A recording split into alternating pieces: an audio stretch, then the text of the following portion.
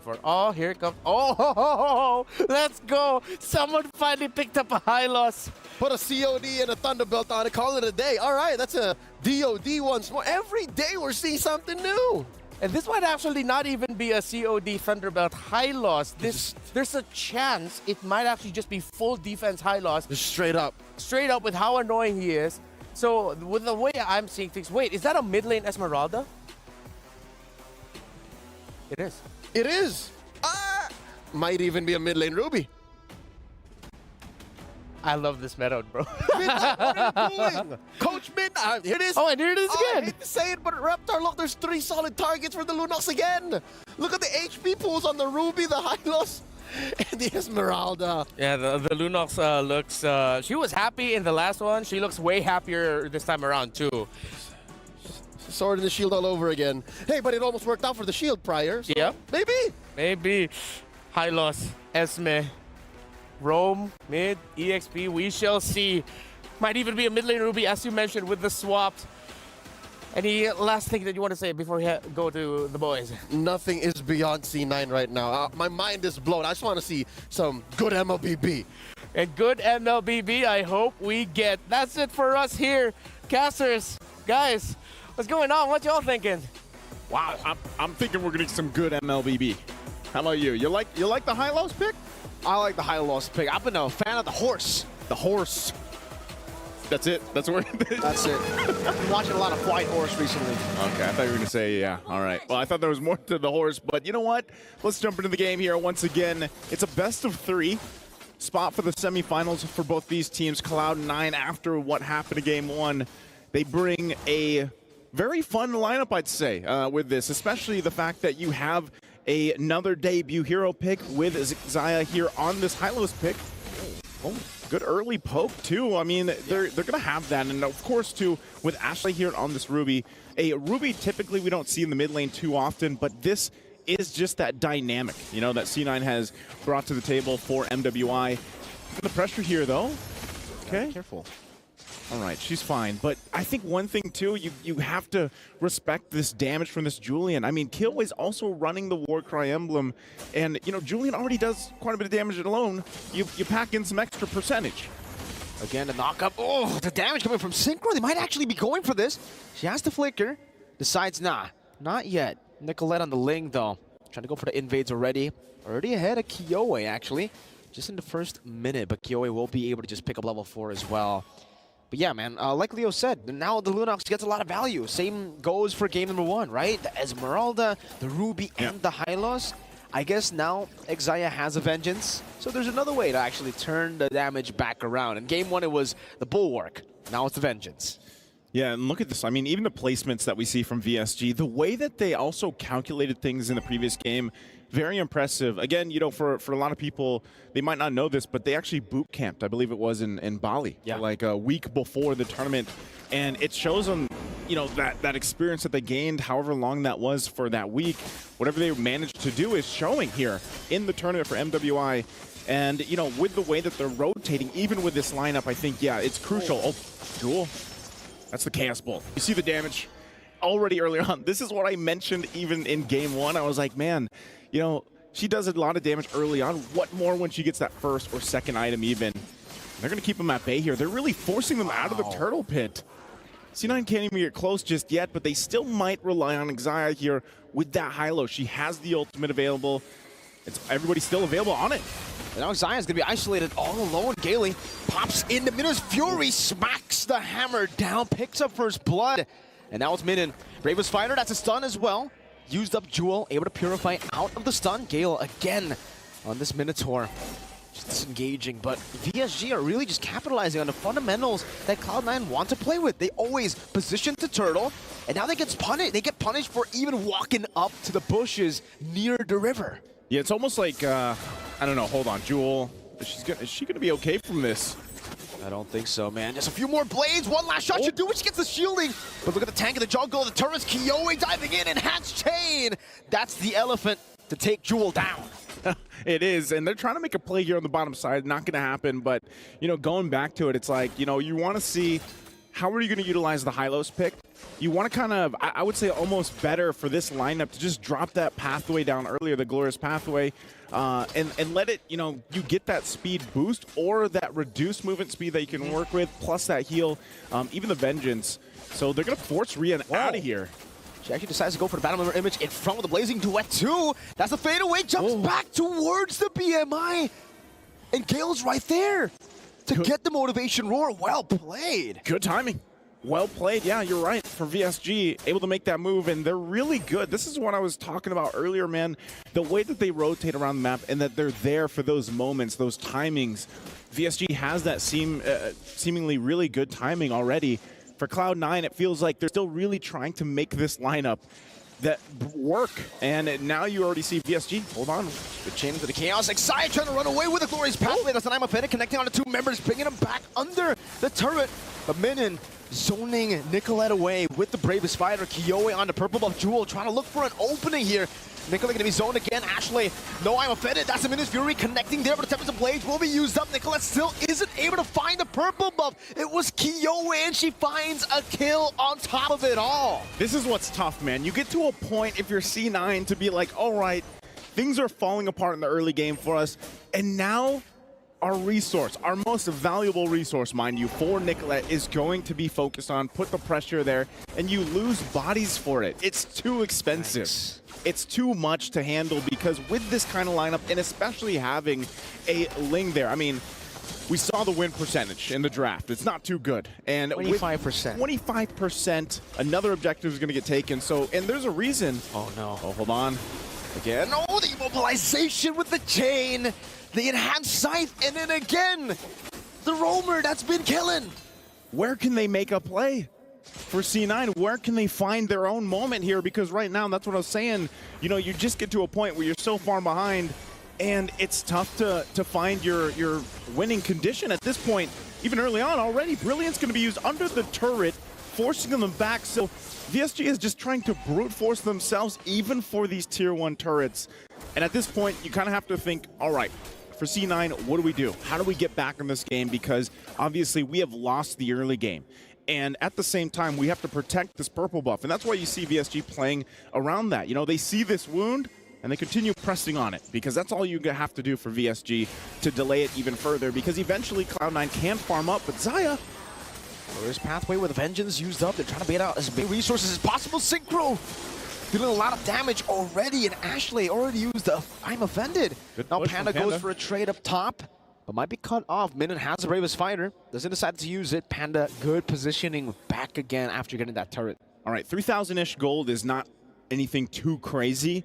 As long as Cloud9 doesn't lose any, you know, bodies here from this point on, they can farm up at least for Panda. She can do what she needs to do because you've only got that Berserker's Fury here for Nicolette. Panda has the Corrosive Scythe working on her next. Dworak's there for Ashley. And that's the thing, man. It's just like itemization-wise, firepower-wise, it's not going to be there for a while. Even with the lineup that they already had, it wasn't going to be the case unless Nicolette had a great start, which is why we see these assassin junglers, you know, play their part so well if they get that early lead. Look at this, Nicolette going to be forced even just to fight for these regular camps for her. And a lot of the times, too, now that you have Gailey picking up the Flask of the Oasis, it's even harder to get through that sustainability, to get through that motivational roar, healing, and this is just going to be another turtle taken here. The Chaos now, I mean, at this point, all the neutral objectives are just getting taken out so quick.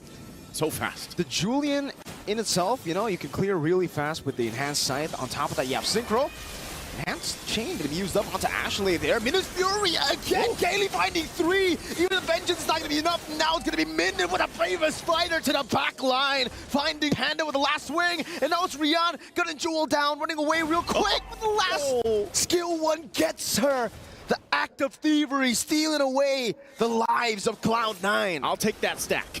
I'll take that kill. And they take everything in that exchange. VSG. I think at this point, they all have the birthday buff, man. They're playing this game so well, so it's our perfectly. Birthday. It's our birthday at this point. And, you know, when you're looking at this kind of, again, they're just planting themselves in the jungle here for Cloud9. No. What can you do? What more can you do aside from just look and have everything taken in front of your eyes? Panda does get a golden staff, but again, every time that this happens, you're looking at adding an extra minute to getting that playback potential from C9 now. Oh, hold on. Oh. Nicolette? Wait, gotta be careful. She walked into Dexter there. Oh, that looked close. Gailey, though, rotating over. Pinch poised by Nicolette. No one there to catch her, so it's a good assassination up top onto Rihanna. She gets out. It looked close. It looked really scary. She walked over to Dexter, but it's all good. They get something on the board, finally. At least they get on the board. Good shot of what's at stake there, right? The close-up of the keys that have been crushed already, man. For MWI. Cameraman doing work there. But, you know, that's the thing, man. When you look at it, Cloud9, they did make a comeback in their tiebreaker yesterday. Now, can they do that here? Is that something that's possible in this game with this lineup? You have to start thinking about if they get to that mid-game, late-game transition and they get to the late game, what is this lineup going to be able to do for them? I think even yet, they should just give up the first Lord. They really shouldn't contest it because they're just not in position to go toe-to-toe yet. I mean, even look at the level gaps across the lanes here. You know, at that point, too, you have to be very crucial. I mean, Jules only level 8 to Minun's at level 11. And even with an Esmeralda, you're not going to really be able to be up front like you hope.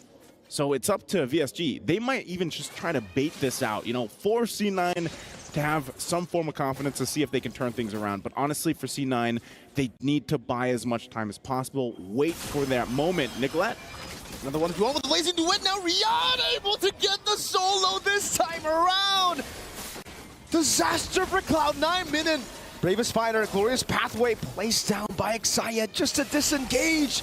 The assassin lost in a 1v1. That's not good. Yep, Nicolette going down there, especially against the gold laner from VSG, is just going to resort to a Lord secured, an objective secured.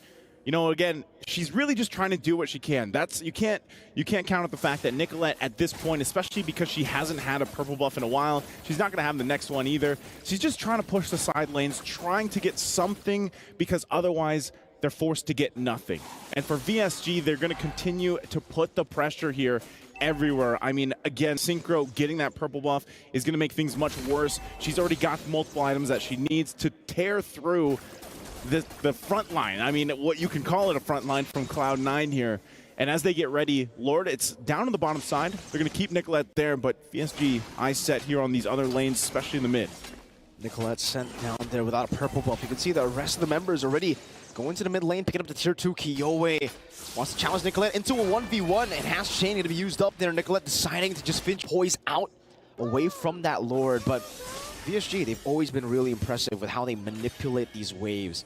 They let the bottom lane push by itself with the Lord, and they're just going to build up a big wave together with the mid lane. Luckily, Nicolette dealt with it a bit, right? It's taken out a half HP, so it might not be able to really crack this base turret open, but it will get the holy defense before even the next minute wave coming down. Xayah again, even with the vengeance, gets melted down. A blazing duel once again as Kiyoi jumps in forward. A good falling star moon, locking down another turret. Minun is still able to flicker out the safety. Enhanced sword there. They only lose the Minotaur. They traded for the horse.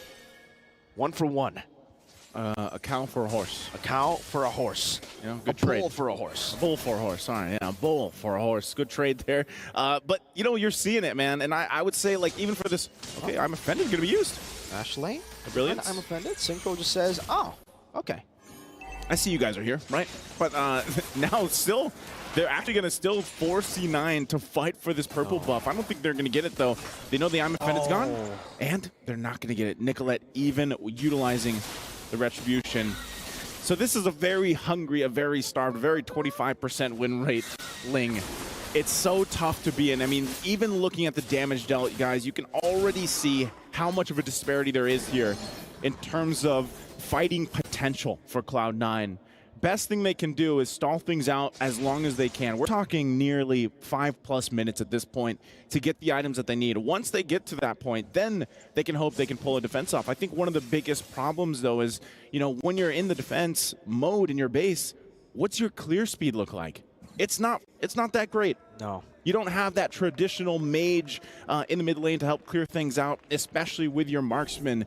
And, you know, you have, it's all about time. It's all about being able to clear things out. You got to carry, but, you know, you're there to shred a little bit. You know, the best thing you can do is shred down some of the minions. Well, let's see. Cloud9 already posturing up. Trying to go for perhaps just the pick off here. whoever wants to try to 1v1 Nicolette, maybe it's not going to be a 1v1 this time, right? Now with a Ruby down below. It does seem like for PSG, they're just going to go straight for the Lord. They don't even care about the side lane anymore.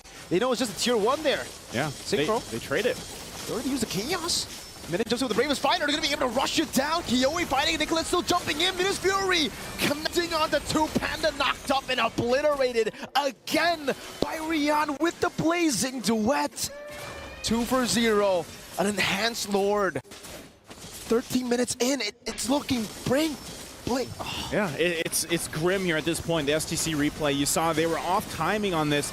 They wanted to push that in the bottom lane, the tier 1, but yeah, VSG doesn't care. They would rather get the Lord, and you know, you were almost thinking, all right, maybe Nicolette could get there in time to try to do some miraculous steal with the Retribution, but they were just too late by a second or two. And taking a look even at the items, once again, look at the difference in gold here across the lanes. Oh no. Even for that, Nicolette, she's gonna get chased down, doesn't have a purple buff too. So they might just leave her to it, but they still have a Lord down in the bottom side. Oh, Minun knows. She's going to go ahead and stop Nicolette. Orange buff still there too, but she's got to get back to the base here. She's got to help the team defend this. She is there in time, but now will they be able to even hold on to the base? Rian going to be engaged upon now with Wind of Nature, able to survive just a bit. Nicolette with an amazing assassination as Panda deals with the bottom lane. Xayah pops in the pathway. Synchro baited out there. The Chaos. Good start over to Jewel, still able to survive under the turret. They are able to defend, but they lose a base turret. Now another one in the mid lane with the Brilliance going to be used up. Again, Panda still able to evade. Now an I'm offended. Brilliant Synchro all the way back for Panda to free hit. It's going to be Jewel in the midst of it all. Caught by the enhanced chain slash again. Picking up a killing spree. Kiyoe, the birthday girl walking forward. Another chain. That's a double. Looking for a triple right now as Xayah tries to soak in enough damage. Another chain with the elephant coming up. But Tempest Blade saves her. I'm offended, bringing her back once again. Winter Crown going to be used up by Kiyoe. Now another chain used up again. But finally, Nicolette finds the shutdown. Looking for a double kill herself. Goes over to the Viant Blade. Goes to the Finch Poise. Up top she goes to clear the wave. But look at the bottom wave. Minun on the base. Trying to go for the crackdown. Xayah going to be knocked out. Forced to use the Vengeance now. And that's a fadeaway kill from Minun. It's just 1 versus 2. Nicolette versus Minun and Kaylee. And she is able to delay for a bit. Is it enough time though? I mean, Jewel is up, but now Rion's here for the fight. Are they still going to put the pressure on the base? It's going to be tough. Again, Temple of the Blades used up into Miss Fury. He won't be dodged away from Blazing Duet. The fadeaway shots now as Panda pops over to Nature, comes back in with the light wheels, but it's not going to be enough. Panda's going to be slain. That's a triple Ashley trying to save the game, finding 2. That's one more member, Minun on the base. That's one more member, Minun on the base. The Minun is still there. Play the victory song. VSG has done it again. 1 hit, 1 minion left there, but VS